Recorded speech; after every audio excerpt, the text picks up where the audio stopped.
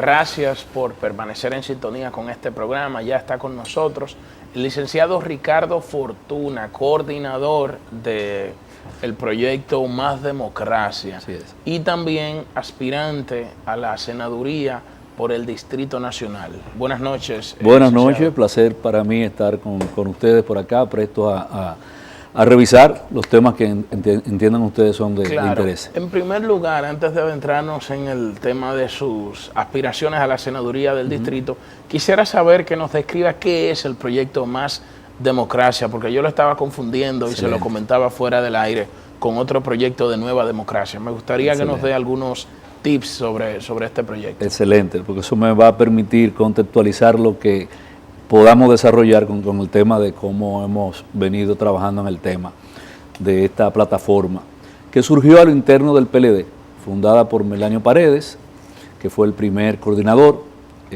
Raúl Hernández, Joaquín Alberto Ramírez, por un tema de, vamos a decirlo así, de conciencia crítica a lo interno del partido, pero se vio que podía calar en las otras fuerzas políticas porque el tema de la democracia como matriz nos ocupa a todos.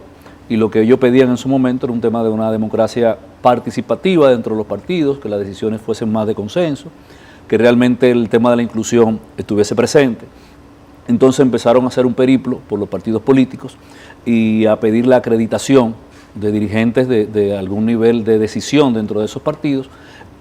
También se acercaron a la sociedad civil, a figuras públicas, y ya de eso hace 3 años, la primera coordinación, tal como dije, la tuvo el licenciado Melanio Paredes.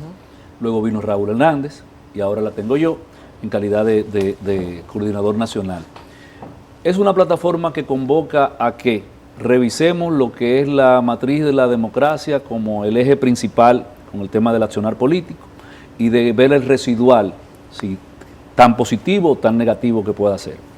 Ahí te confluyen comunicadores, figuras públicas, juntas de vecinos, pastores evangélicos, todo aquel que entienda que realmente a lo que hay que ir a revisar es esa gran casa que es la democracia. Pero es un movimiento como extrapartido, o solamente se limita a los simpatizantes por el partido del Partido de la Liberación Dominicana. Tal como te estoy tratando de decir, la sociedad civil en su conjunto, ¿verdad? Las fuerzas vivas que componen, tú tienes empresarios que no tienen que ver nada con Diríamos que es una especie de centro de pensamiento. Sí, creo que debería de ser, y de hecho, en esta gestión que nosotros estamos encabezando de enero del 2019, lo que pretendemos es, y ya hemos trabajado en esa parte, entregarle a la ciudadanía el primer resultado de un observatorio que venimos desarrollando, con 15 indicadores esenciales que fueron tomados para ese primer muestreo, y a mediados de año entregarle ese resultado. Mira, la democracia en la República Dominicana, la calidad de la democracia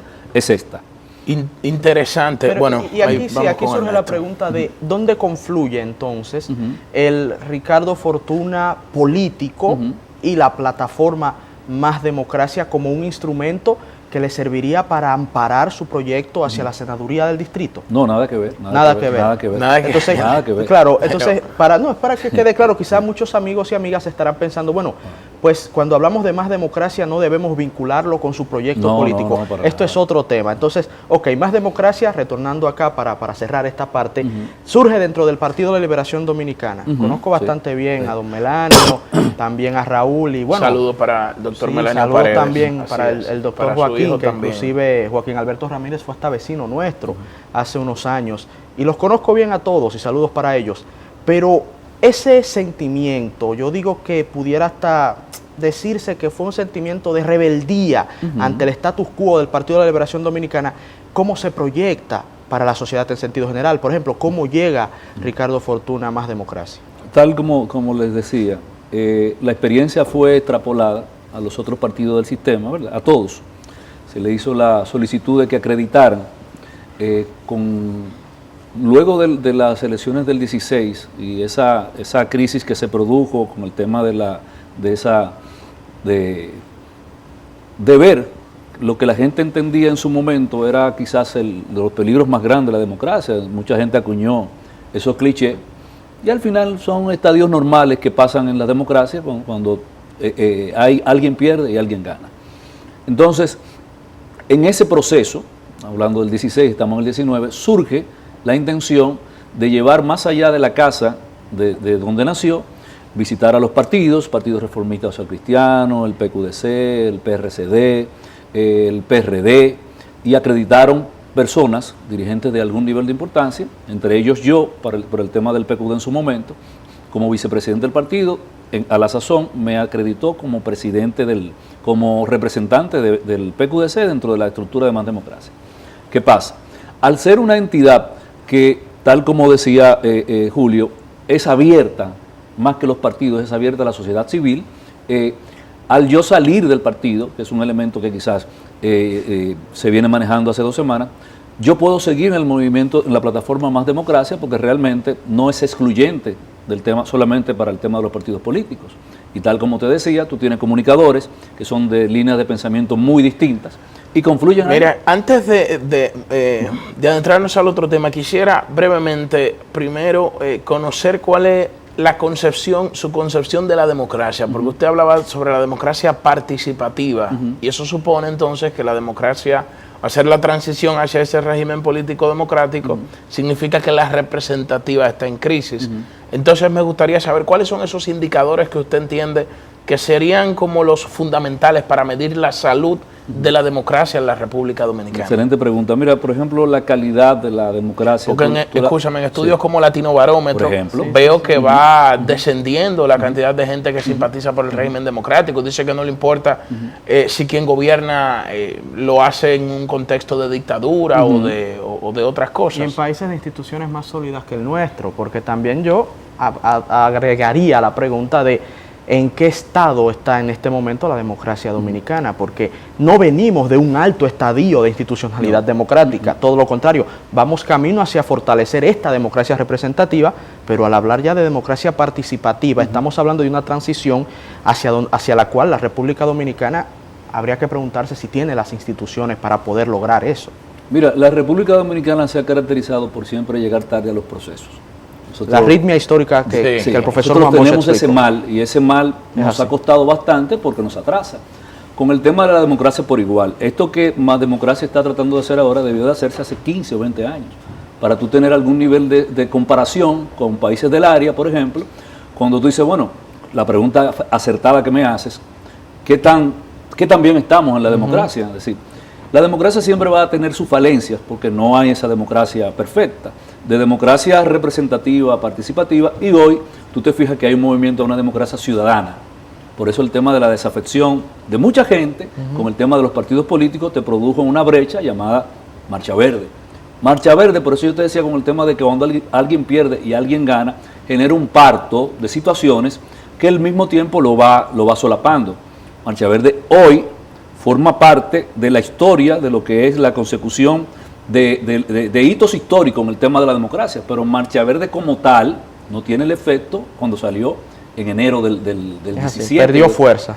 Perdió fuerza. ¿Por qué? Porque la democracia, aún con sus debilidades como la de nosotros, tiene un ritmo natural que va sorteando las cosas. Con el tema de Más Democracia como plataforma, nosotros hemos podido ver que la gran labor hay que hacerla a lo interno de los partidos, traerle gente con una concepción ciudadana para que participe en política y se queje menos y haga más. Porque tú te fijas que hay mucha gente, los partidos políticos no sirven. Bueno, pero tú te aislaste de los partidos políticos, se lo entregaste a gente que no tenían las prendas morales para accionar en política. Entonces, si nosotros visualizamos, la política como tal gravita en cada esfera de todas las acciones de la institucionalidad en República Dominicana, con el tema de las políticas públicas, con el tema de la cotidianidad del ciudadano, con el tema de los impuestos. Es decir, tú no puedes enajenarte de la actividad política porque vas a enajenar tus derechos más, vamos a decirlo así, más fundamentales. Se los va a entregar a un partido con un cheque en blanco. Entonces lo correcto es que tú te involucres, lo correcto es que tú acciones de manera puntual y preguntes por qué no funciona la democracia en ciertas cosas. La democracia acá, por ejemplo, funciona, vamos a decirlo así, de manera arrítmica. Tenemos democracia fuerte para muchas cosas y tú ves una muestra de democracia inexistente para otras. Entonces, por ejemplo, con el caso y para puntualizar la respuesta, con el caso de la evaluación de los jueces por el Consejo Nacional de la Magistratura. Es democracia pura. Aunque nos moleste la forma, pero hacia allá es que debimos de haber estado hace 8 o 10 años. No estoy hablando del elemento resaltante de la última evaluación. Dejemos eso afuera. Estoy hablando del proceso como tal. Bueno, estamos desde el año 1997, que es cuando se crea el Consejo Nacional de la Magistratura. Exacto. Entonces, eso deberíamos de fortalecerlo, deberíamos de apuntalarlo para que podamos tener muestras claras de que la democracia va en ascenso. Ok, entonces hablando de transiciones, creo que pudiéramos pasar al hacer plano político, justamente, en torno a un elemento que usted puntualizó en una de sus respuestas, su salida de una organización política, en este caso el PQDC, de la cual usted era vicepresidente. Así es. Nos gustaría saber, para también a partir de ahí hacer la transición hacia su candidatura hacia la senaduría del Distrito Nacional, ¿qué sucedió a lo interno de esta organización que le llevó a usted a tomar dicha decisión? Mira, fue una decisión política, porque yo llegué al partido Quiqueyano Demócrata Cristiano hace 14 años por una decisión política. Entendía que era un partido que marcaba una tendencia yo siempre he tratado de ir al revés de como estábamos hablando con el tema de la arritmia, de ver los procesos y ver, había una tendencia que me decía que de los partidos de ese perfil, el que tenía algún nivel de consolidación que se podía mantener en el tiempo, es el PQDC. Entonces, ya agoté 14 años en el ejercicio de esa experiencia y entendí que había que poner que ya un alto con el tema de tú agotar la manera en que practicabas la política y tratar de ser más influyente por el mismo tema de la desafección con los partidos políticos. Entonces, pienso que el timing ha coincidido, mi decisión basada básicamente en el tema social, de ver cómo ya la gente no te apunta hacia la fortaleza de los partidos políticos con el perfil del que yo estaba. La gente te va a apuntar, y es lo que yo estimo, me puedo equivocar en el tiempo, hacia fenómenos que se den dentro de los propios partidos que ya tengan una matriz anterior. Sí, no creo que partidos con un perfil como el PQDC, el PRCD, partidos de esas cualidades, ¿verdad?, puedan hacer el salto que la democracia va a exigir en estos momentos. Entonces, por razones por vía de consecuencia, tomó una decisión basada en hechos solamente. Entonces, tenemos que ir a una pausa comercial, pero antes nos gustaría dejar una pregunta en el tintero, como decimos, antes de la pausa y que la podamos responder cuando retornemos. ¿Cuál sería, ya que salió del PQDC y necesita un partido político para presentar una candidatura, cuál sería la plataforma que acogería la candidatura a la senaduría del Distrito Nacional de Ricardo Fortuna? Esta respuesta la escucharemos después de la pausa.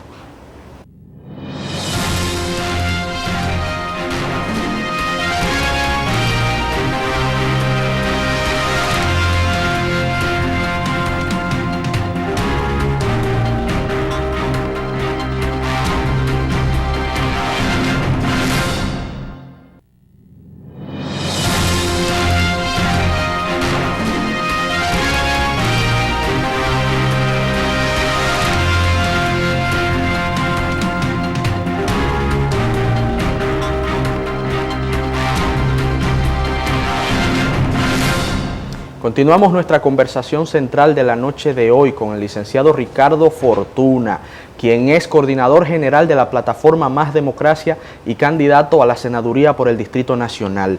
Antes de ir a la pausa le preguntábamos, para refrescar la pregunta hacia el público, ¿cuál sería entonces el movimiento o el partido que acogería su candidatura? Mira, tal como le relataba, pienso que esa desafección va a haber una brecha de nuevos escenarios, que tal cual el escenario que yo asumí con mi decisión me va a mandar a asumir otra decisión contextualizada con esa decisión anterior. Entiendo que quizás habrá la brecha de aquí tenemos un tiempo que como espada de Damocles funciona con el tema de la ley. Llegará un momento en que... los famosos plazos fatales. Exactamente. Entonces, Si bien no pudiese yo validar a través de alguna estructura partidaria esta aspiración, yo entiendo que la política no acaba en el 20.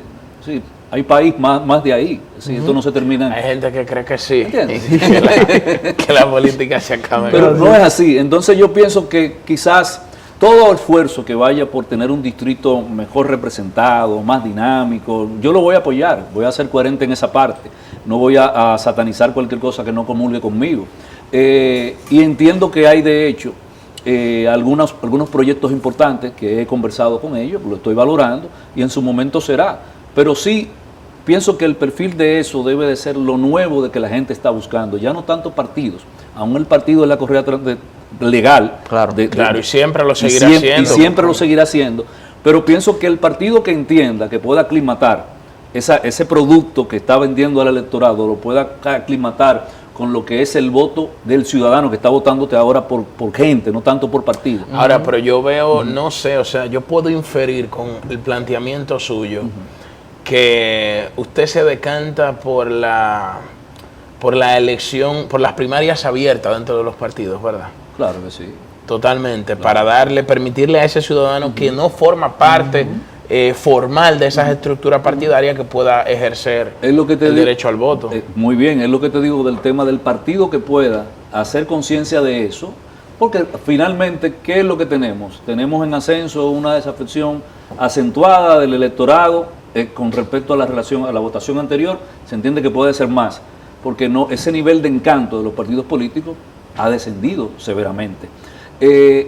Entonces tú tienes el tema de la legalidad, no pueden ir personas independientes, tiene que ser necesariamente a través de los partidos, y tú te fijas, y por ejemplo tenemos el fenómeno que hemos visto con la gente de Juntos Podemos, que te está tratando de articular una boleta nacional, el 80% para entregársela a dirigentes comunitarios, pero al final tiene que hacer la mezcla con el partido político. Yo entiendo que ese es el fenómeno que va a marcar lo que nosotros hablábamos fuera del aire, el tema del cambio, de cómo la gente pueda ir haciendo una cultura crítica, una conciencia crítica, y le puede exigir a los partidos políticos, no, mira, no es el que tú me quieras poner, es el que yo te quiera decidir, no es ese que yo quiero, ¿entiendes? Porque si me vas a repetir con ese, es que nosotros tenemos, ¿cuántos años tenemos, en cuántos procesos tenemos viendo la misma cara? Para senadores, para diputados. Yo creo que desde la fundación de la República. Bueno, particularmente desde que nací, estoy viendo las mismas figuras. Y las que no estamos viendo fue porque su ciclo biológico se agotó. Sí, solamente, no se retiraron. Nadie se retira en la política dominicana. De lo contrario, todavía tendríamos al doctor Balaguer aspirando con 120 y pico de años a la presidencia. Mire, una pregunta brevemente, en este mismo orden, porque estamos hablando tanto de ideas, ¿verdad? Y conceptos muy interesantes. La ley de partidos políticos, recientemente aprobada, ya tiene una ley de régimen electoral, también impone unas ciertas condiciones que nos gustaría que con este contexto que estamos hablando de desafección, de apatía de la ciudadanía, pero parecería que esta ley fue impuesta por los partidos, por los grandes, por los poderosos, para evitar que esas ofertas que usted está articulando en este momento y que también está describiendo pudieran tener algún tipo de que germinen en la política nacional. ¿Cuál sería su análisis en torno a la función de la ley de partidos y de régimen electoral para fortalecer el sistema democrático? Mira, la ley es una ley de prisas. Todas las leyes que se hacen con prisas tienen sus cojeras, pero al menos tenemos una ley. Lo que es la realidad de cómo se parió la ley, recordemos que nos hemos enfocado en el tema de las primarias abiertas, primarias cerradas, por un conflicto interno de un partido con mayoría congresual. Pero esa es la política. El tema de la alternabilidad no está en la Constitución. Es decir, el que ganó fue porque ganó. Entonces, sobre ese escenario, la gente tiene que entender que la ley 3318 y la misma ley 1519 te da sus espacios para tú generar el cambio. Te da sus espacios, porque mira lo que te estoy diciendo, por ejemplo, de la gente de Juntos Podemos, una coalición de 8 o 9 partidos, que quieren asumir candidaturas a nivel nacional, congresual, sobre todo municipal, y dársela a los dirigentes comunitarios, a líderes evangélicos, y ya desde ahí es por el tema de la ley. Entonces pienso que no hay nada tan malo que no genere algo bueno, y entiendo que hay mucha tela que cortar con el tema de ahora luego del proceso, como pase, y sobre todo con el tema de los plazos, porque fíjate, aunque las prisas, como yo te decía, fue que parió la ley, tú no puedes poner prisas para el tema de las candidaturas. Hay un tiempo. Es decir, aquí no va a haber, por ejemplo, una decisión final en un partido político que te violente derechos adquiridos de gente que ya ganó. Entonces tú tienes que tener un tiempo para tener las precandidaturas y un tiempo para hacer tu primaria y un tiempo para inscribirte en la Junta. Antes no. Antes la gente iba y te inscribía 45 días antes.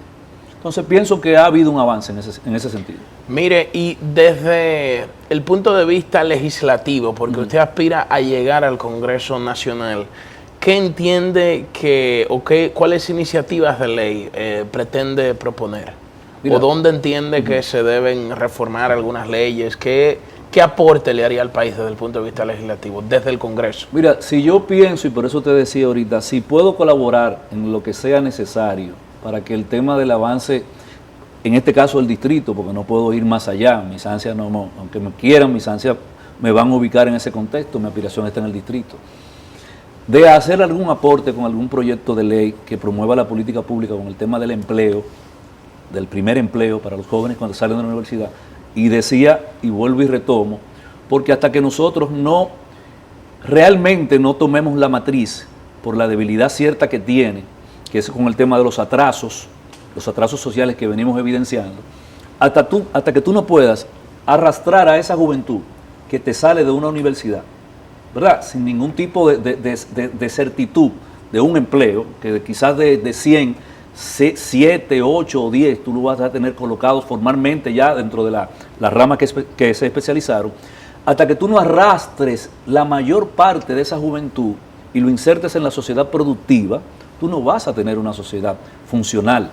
Tú vas a repetir los ciclos que tenemos ahora, que la gente te dice, me quiero ir, te lo dice el joven, ¿verdad? Sí. Entonces, el joven que estudió medicina, tú lo ves taseando y dices, bueno, hay que tener un enllave. Hasta que tú no puedas parir como sociedad respuestas claras y ciertas y puedas con la ayuda del Estado hacer esos grandes joint ventures con las empresas a nivel de sanciones fiscales, es decir, buscar la forma. Yo pienso que para mí, en lo personal, eso sería la primera tarea, aún sea la única, es la tarea que va a redituar puntualmente en términos porcentuales lo que es eficientizar el cambio generacional, tú poder arrastrar a esos jóvenes que no se te queden perdidos entre las luces, que quieran ir a jugar pelota, aún terminando su universidad, porque entiendan que no tienen cómo, que quieran delinquir, que quieran tasear, que se meten en familia de 2 y 3 muchachos con 21 años. Esa es la sociedad que se te atrasó. Entonces, mientras tú tengas esa cola atrás, tú no vas a crecer como país.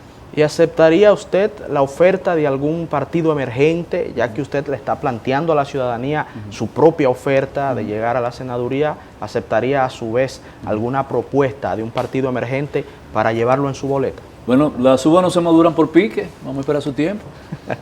Bueno, yo creo que ha sido muy productiva esta entrevista con ustedes. Les deseamos éxitos en ese camino, ¿verdad?, tan espinoso de la política y sobre todo de la senaduría del Distrito Nacional, que es muy competitiva por la importancia que tiene la plaza para todas las organizaciones políticas, la principal plaza es competitiva del país. Pero no es por la abundancia de ofertas con programas, es competitiva por las apetencias. Bueno, muy buena precisión, ¿verdad? Dicho. Muchísimas gracias. Este programa siempre estará abierto para ustedes. Gracias. Y muchísimas gracias a todos ustedes, amigos y amigas, por una vez más estar con nosotros acá en Tiempo de Orientación. Les invitamos a que mañana a la misma hora y en el mismo canal estén nueva vez con nosotros. Que tengan un feliz resto de la noche y que Dios nuestro Señor les bendiga.